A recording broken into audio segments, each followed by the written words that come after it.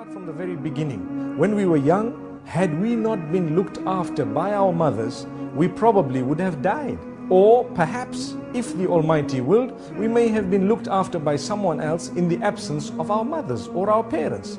However it has been, we need to realize the blessing of the Almighty, because when a child is very small, they need another human being to look after them in order to survive. وَقَضَى رَبُّكَ أَلَّا تَعْبُدُوا إِلَّا إِيَّاهُ, which means essentially that your master, your Lord, declared that you be enslaved and worship no one other than He. And so the first part of this ayah is making a demand about Allah's rights on us. The second says, وَبِالْوَالِدَيْنِ إِحْسَانًا. Immediately after he says you should be enslaved to him, he says you better be the best to your parents. The word ihsanan, without getting technical into the grammar, is actually an exhortation. You better be the best to them, the best you can possibly be to them. And you know, it seems like one half of the ayah was about Allah and the other half of the ayah is about parents. But if you look at the ayah, most of the ayah is about parents. First he says, you better be the best to them. Then he says, إِمَّا يَبْلُغَنَّ عِنْدَكَ الْكِبَرِ. Even if they reach old age before you, أَحَدُهُمَا أَوْ كِلَاهُمَا, one of them or both of them, فَلَا تَقُلْ لَهُمَا أُفْ. Then don't you dare say even say uff to them. We'll come back to that in a second. But وَلَا تَنْهَرْهُمَا, and don't shrug them and don't brush them off.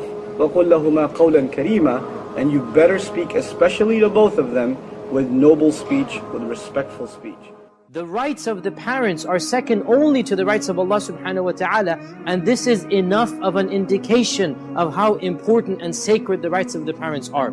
There is no secondary right to Allah other than the parents. After Allah immediately comes the parents. This is the message of the Quran throughout. And Allah Azza wa Jal even says, وَبِالْوَالِدَيْنِ. In other words, worship Allah and be good to parents. He didn't say, and then be good. He didn't say part number 2. He said, wow, which is harf al-atuf, which means it is as if it is being equated, even though we know it's not equivalent. Worshipping Allah is more important than being good to parents. But Allah made it so important, it is as if it is almost the same. And the phrase, وَبِالْوَالِدَيْنِ إِحْسَانًا, that you should have ihsan to your parents.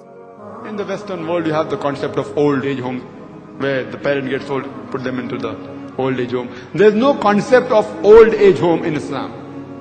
Because the duty of the children and the relatives is to look after the elderly people. They have to respect them, they have to love them. They have to behave with them with compassion.